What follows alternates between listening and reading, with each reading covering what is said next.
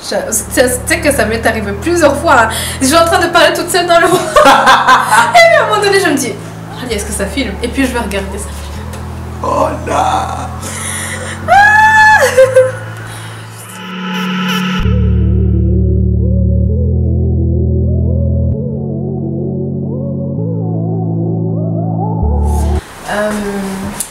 On va parler de la conception de la beauté. Parce que je ne sais pas si tu l'as vu cette vidéo là, mais en tout cas j'ai fait une vidéo.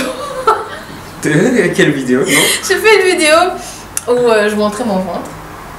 C'est vrai? Ouais. Oh, je l'ai pas vu. Je l'ai raté celle-là, non, je l'ai pas vu. J'ai fait une vidéo, c'est très bien, t'as pas besoin d'aller la voir. Où je montrais mon ventre, etc.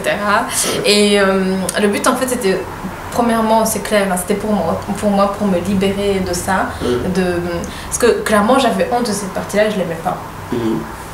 Et donc j'ai décidé que en fait dans ma tête je savais très bien que ce soit les vergetures, que ce soit le fait qu'ils soient relâchés ou qu'ils soient gros, peu importe, c'est une marque de ce qui s'est passé, c'est une marque de fait que j'ai eu un enfant et je suis très contente d'avoir eu un enfant. Donc d'un côté, dans ma tête je le sais, mais j'arrivais quand même, j'étais très complexée, mais ça c'est une autre histoire, j'ai toujours été très complexée même quand j'avais pas de ventre, donc ça je sais que j'ai un problème, c'est moi-même je dois évoluer là-dessus, mais en tout cas c'est pour ça que j'ai fait cette vidéo là, pour essayer moi-même de me libérer, et deuxièmement aussi peut-être si ça peut inspirer d'autres personnes. Et en faisant cette vidéo je me souviens que je me suis dit dans ma tête, mais les vergetures par exemple c'est quelque chose c'est un signe de beauté dans la culture rwandaise. Et je savais qu'à un moment, j'allais revenir sur cette vidéo-là. Je pense que ça fait 1 an que j'ai fait cette vidéo. Hein.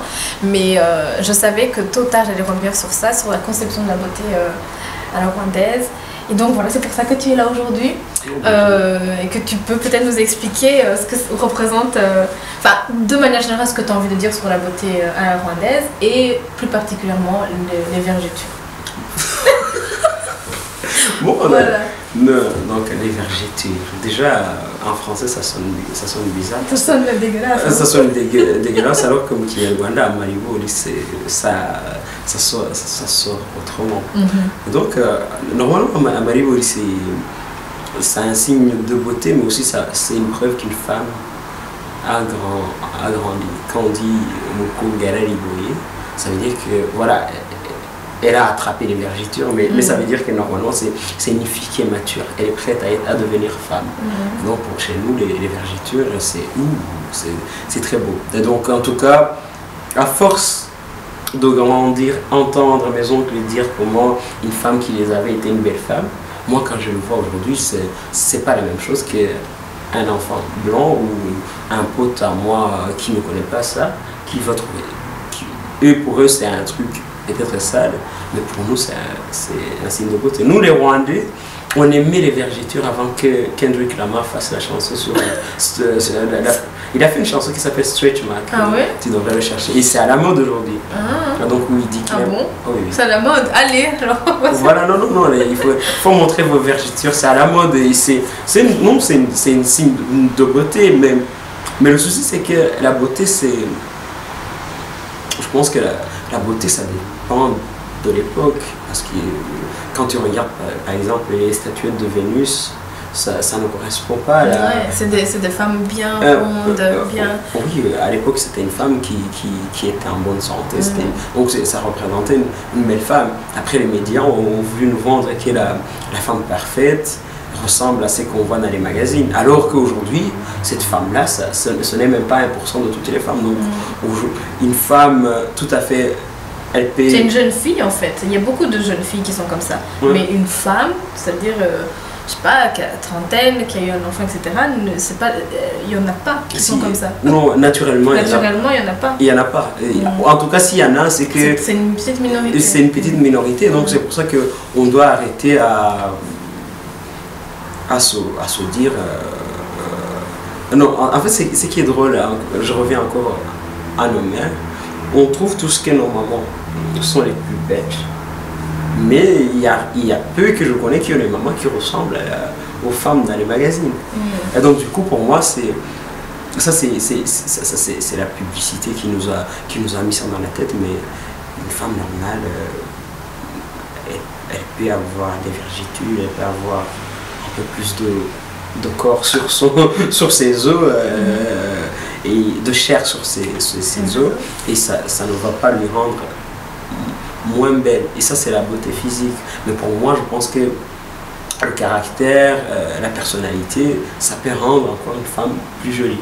Une femme qui a du caractère, même si selon les normes de la société n'est pas jolie, mais elle peut être jolie parce qu'elle dégage une confiance, qu'elle est ambitieuse, qu'elle est passionnée. Ça peut la rendre encore plus belle. Donc je pense que être belle, c'est juste, c'est un état, c'est pas seulement l'être, mais tu peux le sentir, et si tu le sens, tu vas le projeter aux autres, je pense. Et ça, c'est donc, pour résumer, pour moi, c'est un cliché encore, c'est la beauté se trouve dans le regard. C'est ça qu'on dit en France, oui. Voilà. Donc, de celui qui regarde. Celui qui regarde, oui. Ouais. Tout à fait, c'est très joli ce que tu viens de dire. Mais, et tu sais que quand même, moi, ça me fait mal et ça me fait peur parce que à la base, c'est que vraiment dans les pays occidentaux, je trouve quand même cette histoire de le dictat par rapport à la femme ventre plat, mince, qui est comme ci, comme ça, comme ça. Ailleurs, c'est pas trop fort, mais j'ai l'impression quand même que ça va arriver. Que ça va arriver, que c'est en train d'arriver, je ne sais pas. Alors je me dis, qu'est-ce qu'on peut faire ou comment... Est-ce que tu penses déjà que ça va arriver? Est-ce que tu le vois comme moi ou je suis pessimiste? Je suis pas visionnaire, mais tout d'un coup, on va pas changer le monde. Donc, non, aujourd'hui c'est les médias qui contrôlent, qui passent à la télé, comment ça va être présenté, mais c'est à nous aussi dans la vraie vie de se dire, voilà, apprendre à nos enfants, à nous montrer à nos femmes. Si tu as une femme, elle peut vouloir faire du sport, il faut l'encourager à faire du sport, mais tu peux lui faire comprendre qu'elle est belle en lui le disant le plus souvent. C'est que comment les hommes aujourd'hui on est plus romantiques, voilà. Mais aussi, ce qui est bizarre, l'Occident veut que les femmes soient libres. Donc la femme doit être libre, faire ses propres choix.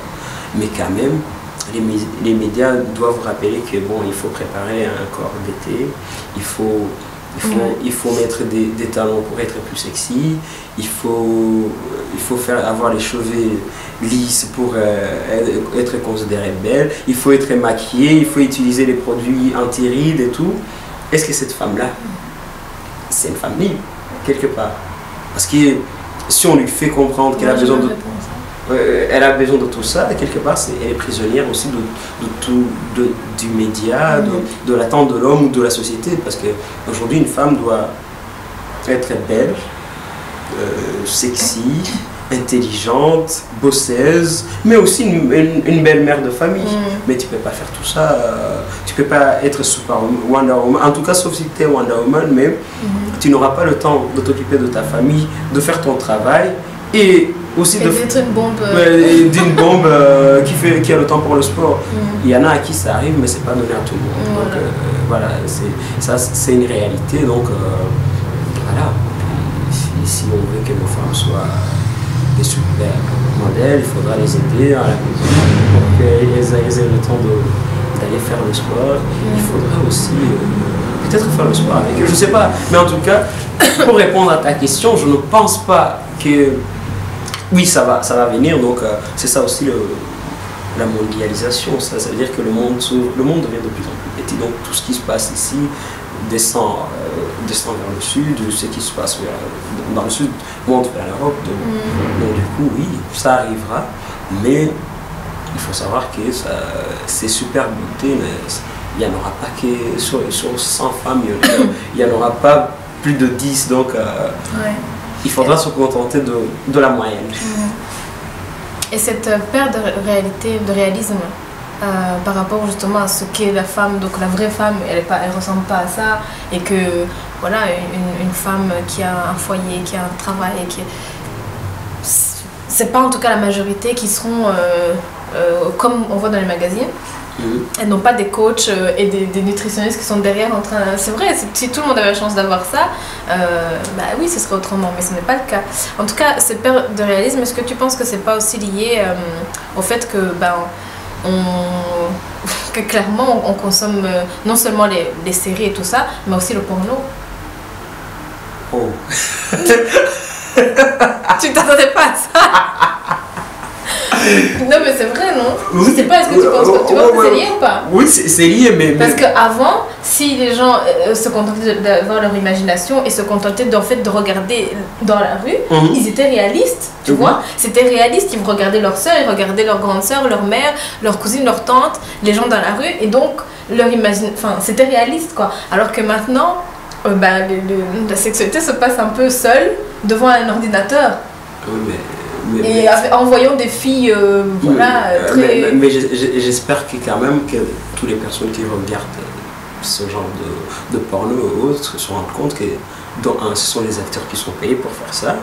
De deux, c'est pas genre, ils mettent la caméra et ils commencent à parler, donc il y a des retouchages, il y a des montages, il y a plusieurs takes, donc même dans les films porno, c'est pas genre ils viennent, waouh, c'est tout parfait, parce que tout adulte qui a déjà eu des rapports sait que ça ne peut pas être aussi parfait que dans les films porno. Donc et je pense que ça c'est plutôt pour les jeunes qu'on doit faire attention pour qu'ils ne s'imaginent pas que la sexualité... Oui, mais jeune, c'est-à-dire quel âge? Parce que dès que tu as...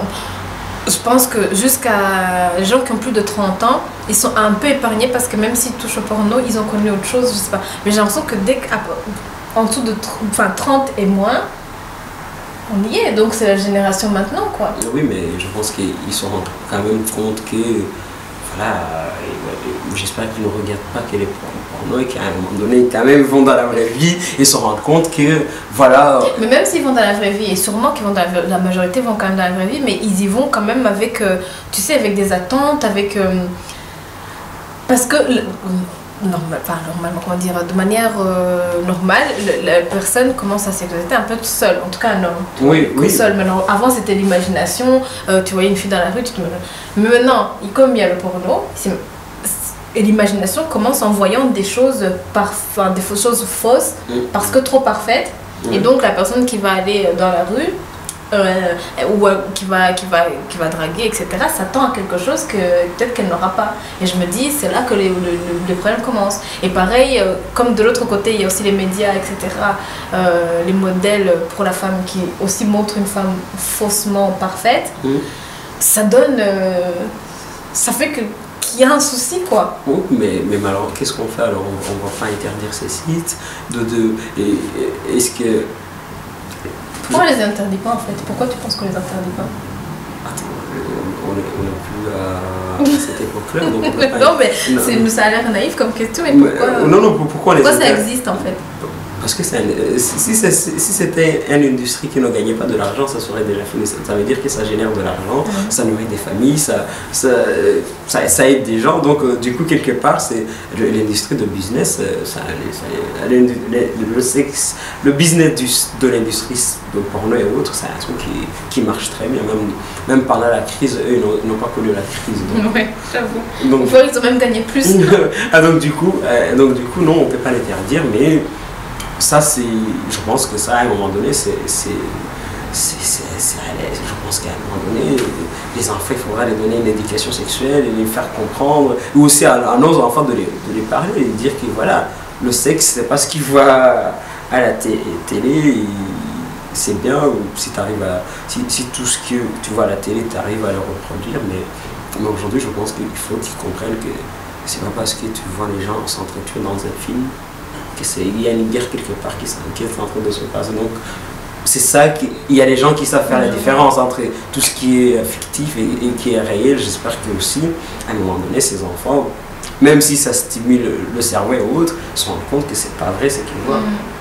Donc, tu penses quand même qu'il faut accompagner par exemple, je sais pas, les parents qui ont des adolescents devraient les accompagner et leur dire, tu sais ce que tu vois et je sais que tu en verras. Et donc qu'ils ne nient pas l'histoire, oui, voilà. Qu'ils prennent la responsabilité et la conscience que leurs enfants regardent ça et qu'ils leur en parlent. Oui, ça, et ce voilà. serait une bonne solution. Oui, oui, et surtout la sexualité, c'est pas genre tourne-toi, je te mets une ou je te gifle. Dans la réalité, c'est pas comme ça que ça va se passer. Tu ne vas pas entrer chez une fille et tout de suite elle te dira oui. Donc, il faut placer le contexte. Il faut dire, voilà, c'est un jeu d'acteur et autres, et se dire que voilà, ce que tu vois, c'est pas la réalité. Et donc, dans la vraie vie, en tout cas, c'est rare qu'une fille tout de suite te dise oui. Et donc, je pense qu'ils se rendent compte de ça. Aussi qu'ils apprennent alors à comment réagir après le rejet. Et c'est pour ça que, par exemple, aux États-Unis, il y avait un problème c'était un problème de viol dans les campus à l'université. Parce que les garçons n'avaient plus l'habitude de se faire rejeter ou dans leur tête se disaient qu'une fille ne pouvait pas lui dire non. Alors qu'une fille elle peut te dire non quand elle veut.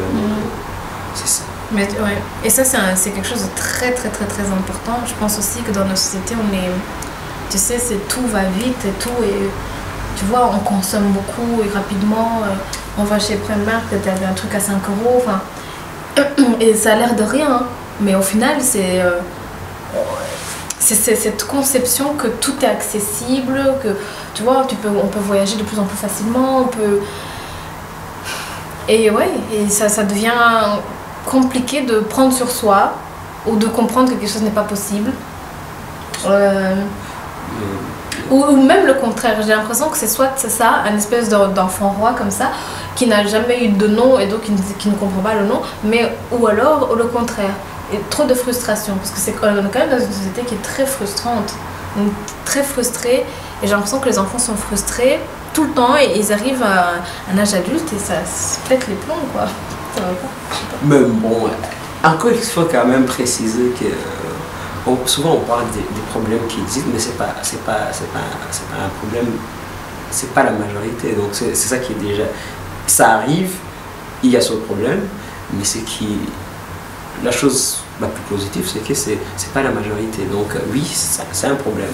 La société de consommation, de toute façon, oui, qu'on y veut ou pas, aujourd'hui on veut tous plus rapidement, le plus vite possible et le plus parfait possible. Donc on prend, par exemple, à l'époque, quand tu aimais une fille, tu lui écrivais une lettre, tu devais patienter que ça arrive chez elle pendant 3 jours, de prendre le temps de te répondre et que ta réponse, par exemple, après 2 semaines.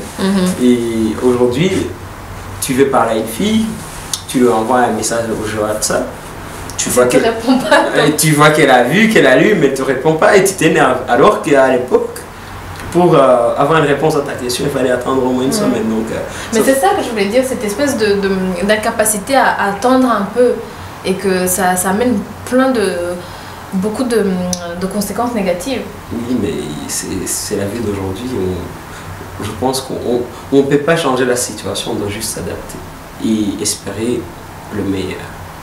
S'adapter, c'est-à-dire, par exemple, comment on peut s'adapter? Ça veut dire qu'aujourd'hui, voilà, tu peux, je dis, avant, tu écrivais une lettre, c'est tout à fait normal. Aujourd'hui, voilà, tu as envoyé un SMS, donc tu t'adaptes à cette situation. Ça veut dire que tu envoies un SMS, ouais, on doit te répondre dans l'heure qui suit, et après, c'est tout. Mais toi, par exemple, si tu envoies un message à quelqu'un et que tu vois que la personne, elle a vu, mais elle ne te répond pas tout de suite, elle ne te répond pas, tu le vis comment? Je le vis mal, mais je ne veux pas, par exemple, moi, si je t'envoie un message que tu me réponds, j'ai vu que tu l'as vu, je ne t'enverrai pas d'autres messages avant que tu m'envoies un message. Et donc, du coup, mais ça aussi, c'est quand même, c'est dommage, parce que quelque part, je me limite, peut-être que j'aurais envie d'envoyer plus de messages, mais je me dis non, j'ai envoyé un message, elle a vu mon message, elle n'a pas répondu, donc aujourd'hui, je ne vais pas, même si j'ai envie de savoir, par exemple, comment elle va, mais je vais attendre jusqu'à ce qu'elle m'envoie un message. C'est comme ça qu'on doit... Voilà, on s'adapte à cette vie.